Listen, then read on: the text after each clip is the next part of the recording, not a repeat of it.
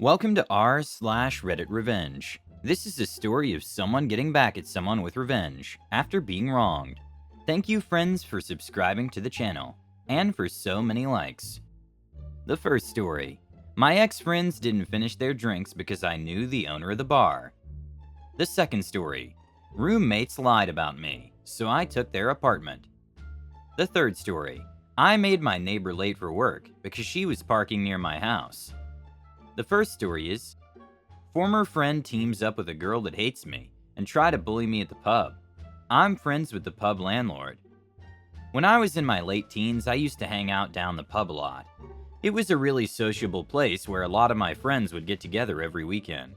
It was the best spot for all the young alternative types, and myself and many others had been going there since before we were 18. This was about 15 years ago. The landlord of this pub was awesome. Really nice dude who was welcoming and friendly but also took 0 SH. Now, he knew a lot of us were underage when we began drinking there, but would only kick out the people that caused trouble. If you were sensible, you could stay. Back then, I had this friend Lucinda. We were really close once. I would have done anything for her, but she had a habit of lying and attention seeking. We fell out hard when she slept with a guy I was seeing at the time. I sacked him off too, and I finally realized how little she really cared about me. There was also a girl, Leanne, a few years older than us, who for a short time would verbally attack me in public for no good reason. I later found out her boyfriend, who I had a passing friendship with, had been telling her that he made out with me, which was a lie. I have no idea why I was being dragged into it. So I go down the pub on a Friday night as usual. Though this was not long after I'd actively ended the friendship with Lucinda. I see both her and Leanne at a table together, having a whale of a time laughing loudly and rather blatantly, trying to make me feel uncomfortable. This was blatant because I know for a fact that they had never socialized or been friendly with each other before this. They obviously had bonded over some mutual hatred of me. Me being a sensitive 18-year-old did find this uncomfortable, but I was determined not to let it ruin my night, so I hung out with a bunch of awesome punk mates of mine and had a great time at the other end of the pub, completely out of view of both Leanne and Lucinda, though I'd have to walk past their table to use the ladies, and every time I did they would loudly make comments about me and laugh. After a couple of drinks, I was feeling brave, and remembered that Lucinda was still 17 and it was 10 minutes past 9 in the evening. The pub landlord would chuck out the underage kids at 9 p.m., the ones he didn't like anyway.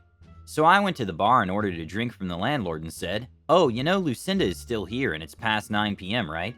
He gave me a knowing look and said, "Ah yes, she's still 17, isn't she?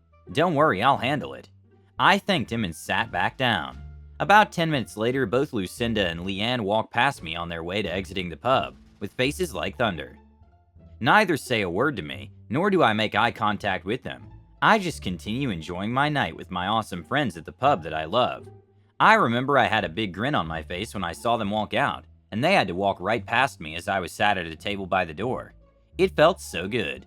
The landlord actually passed away a few years after this, and I often tell this story when reminiscing with other friends who knew him. He was a legend. Nice of the owner to let you drink there in peace. It's cool that he supported you, but maybe they weren't laughing with you and talking about something of their own. That would be worth clarifying. I remember my own story about drinking. A mother, a neighbor, came to me one day complaining that I was condoning my son's drinking. Hence her son's drinking in my house. She had 2 beautiful children who hung out with my children. None of the kids who drank in my house took more than a sip or 2 of beer. I kept finding full cans. They felt safe there rather than drunk driving and getting into trouble. We had a huge pool, so they mostly swam, barbecued, and jammed.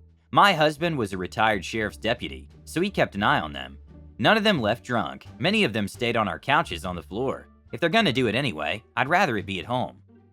The second story is, try to steal my apartment from under me? Okay, so back in the mid-90s, I was a single guy in my late 20s. I was a man-child, I admit. I was working, but just enough to pay rent and go drinking every night. I've since gotten married and kids and a house, yada yada. Anyway, there were these 2 ladies my age at the bar where I was a regular that just had their roommate move out abruptly. I was looking to move to something cheaper, and this place was a unicorn. $350 a month for a 3-bedroom place, close to everything. It wasn't the greatest place, but far from horrible. That's $350 divided 3 ways. Plus the heat and electric were paid for by the doctor's office below us. I was paying that alone plus utilities, so hell yeah, I moved in. So day 1 and the ladies had me sign the lease. I knew it was kinda BS right away, as they had a copy of the lease with the old roommate's name whited out and had me sign. I was never to contact the landlord myself. Sus? Sure, whatever. Here's $200 for the deposit and first month's rent. The ladies were a bit quirky. They were lazy. Sure, they were fun and all, but they seemed to think that they owned me. They'd ask me where I'd been, who I was dating, why I didn't get in until 6 a.m. I worked swing shift. Lots of little things like being on AOL Instant Messenger. No cells at this point, all night and day. Tying up the phone lines, leaving garbage and other crap in the common areas, dirty dishes, etc. I actually didn't really care, except they would have the nerve to scold me for leaving out my shoes or coat, or whatever in the midst of their mess. I made a point of never leaving my stuff out, but occasionally I would and they would mention it. Plus, a cousin of the one roommate stayed there 2 to 5 times a week, which again was annoying, but whatever. Rent was cheap and I barely saw them. The best part? They would be in passive-aggressive notes, like, hey, please don't leave your shoes out by the couch. I almost tripped on them this morning. There was clutter everywhere and they'd be complaining about my shoes. They'd have weeks worth of dishes everywhere, and my shoes were the problem. Okay, whatever. I could write a book about the crazy, but let's move on. It got really bad when I met the person that became my wife. They were a bit jealous and tried regularly to break us up. She called one morning. The ring woke me up. The ladies answered the phone, saying that I never came home last night after meeting some girl at the bar. I called her later and she told me this, laughing the whole time. She knew it was BS and she dropped me off for the night shift the night before. There were a lot of similar stories like this, but on to the main story. The lease was up in a month, and they decided to get another apartment, and I would have to move out. I asked if I could take over the rent, and they said that the landlord already leased it to someone else. Okay, sure. So I finally call the landlord myself. She tells me that she only knew I was living there because she got my check every month. I made them out to cash and the roommates were too lazy to cash the check beforehand. She said that no, she's not leased out the apartment and hadn't gotten any notice from the ladies that they were moving out yet, but the one cousin that stayed over often was wanting to sign. It was obvious to me that the landlord did not like these women, and I asked if I could have first. Furthermore, they were trying to steal the lease from under me and give it to the cousin. I asked and received a letter from her giving me first dibs on the apartment. A couple days later, I come home from my shift, and there's an open mail on the table to me from the landlord, with the first dibs letter sitting there. They opened my mail, along with a bitter 3-page note about how could I do this to them, why did I contact the landlord, I'm a horrible person, etc. I laughed and read it to my now girlfriend and future wife. She laughed along with me. The next few weeks were cold, one-word answers to questions, no mention of the note or moving out. They did give notice and I promptly signed a real lease with only my name on it, and paid 3 months up front just because I could. A few weeks later, I came home to find 3 bags of garbage and 2 empty bedrooms. They were gone. I had a 3-bedroom apartment to myself for $350 a month. Oh, the after-hours parties we had. I lived there 2 more years, one as a married man with a kid on the way.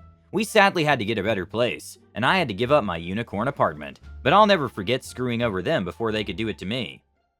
No wonder why their first roommate suddenly left. Can you imagine if someone is there at the same hours as them? They're riding the wall. What about opening your mail? Isn't that against the law? I think they expected someone to clean up their crap as well as the entire apartment, and they could boss you around. They quickly realized that wasn't happening, and then tried to kick you out of there because you weren't supposed to contact the landlord yourself. They just assumed you would be a good pet, and listen to what they were wrong about again. I remember in the mid-2000s, my mom was paying $500 for a 3-bedroom house. By the time the elderly landlord sold the house in 2008, she was paying $900, and the 2-bedroom apartment we moved into was $1,100. My mortgage in 2022 on the 4-bedroom, 2-bathroom apartment, including property taxes, is $1,035. The cost of housing has gone up a lot. The last story is, I purposely made my neighbor late for work. I, 22 female, live at home. We have a neighbor, M, who is renting out the rooms in his house to K. Has been living in the room now for about a year. She has 3 cars for no reason. 2 are Camrys and the other is a Sentra. Before she moved in, my sister and I would always park in front of our house. My dad made it a point that we were to only park in front of our house because 1, he thinks it's rude to park in front of the neighbors' houses because it's front their property, and 2, we have security cameras that are only pointed at our property, so if something were to happen to our cars, it would be on camera.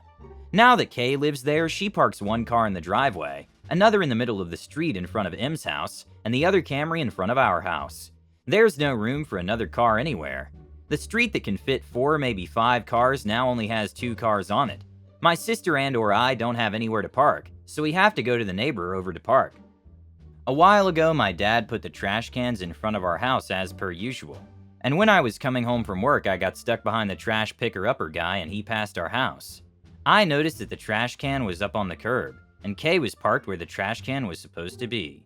They're usually on the street, and once it emptied, Dad takes it to the house. The trash was full. Kay moved our trash cans to park in front of our house.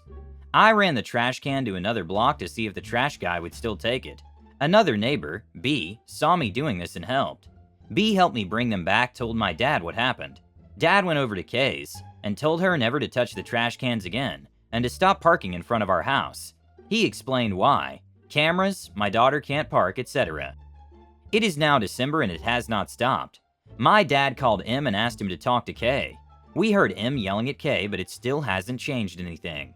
A few days ago, she parked the Camry in front of our house and took the Sentra out. When I got home, I decided to park in front of her, blocking my parents' driveway and leaving no room for her to get out from the front. My sister got home and I had her park behind Kay's Camry and left her no room behind either. The next morning, I was getting ready with the window open, and Kay asked me to move one of the cars so she can leave and that she was running late. I told her that I was taking a shower and she'd have to wait. It's not my fault she's running late, and if this was such a problem, she should stop taking up so much space with 2 little cars. She struggled for 20 minutes, but did end up getting out. Since then, I've been doing this daily, and my family and other neighbors like B help by telling me how close to get. I should add that I know what she's doing isn't against the law, but it's rude and annoying. Another thing a lot of people tried to say was it's illegal to block driveways. I know this. I blocked my own driveway. That is not illegal where I live. Blocking someone else's is. Another thing I had to cut out of the AITA post because of the character limit was that my dad is disabled, and she knows this and still continues to park like a jackass. We've talked to her about how hard she makes my dad's life, and so has her landlord, M, but she continues to do it. Edit. I want to add more about cars. If they were all different, I would understand 100%. My dad has a classic car and a sports car. The classic is in the garage and the sports car is in the driveway next to my mom's car. Yes, he has more than one car, but they do not interfere with anyone and both are different. This lady has 3 sedans, 2 identical cars and colors. So weird. I would suggest that you contact the police in your town and see if anything can be done. I know this is difficult since I'm assuming you're parking on the street in front of your house. You have cameras and that's a good thing. Also, explain to the police that since she's occupying the space, you'll have to park elsewhere because of her. If the police give permission after a few warnings, you can tow the car. Thank you for watching. Be sure to subscribe, hit the like button, and have a good day.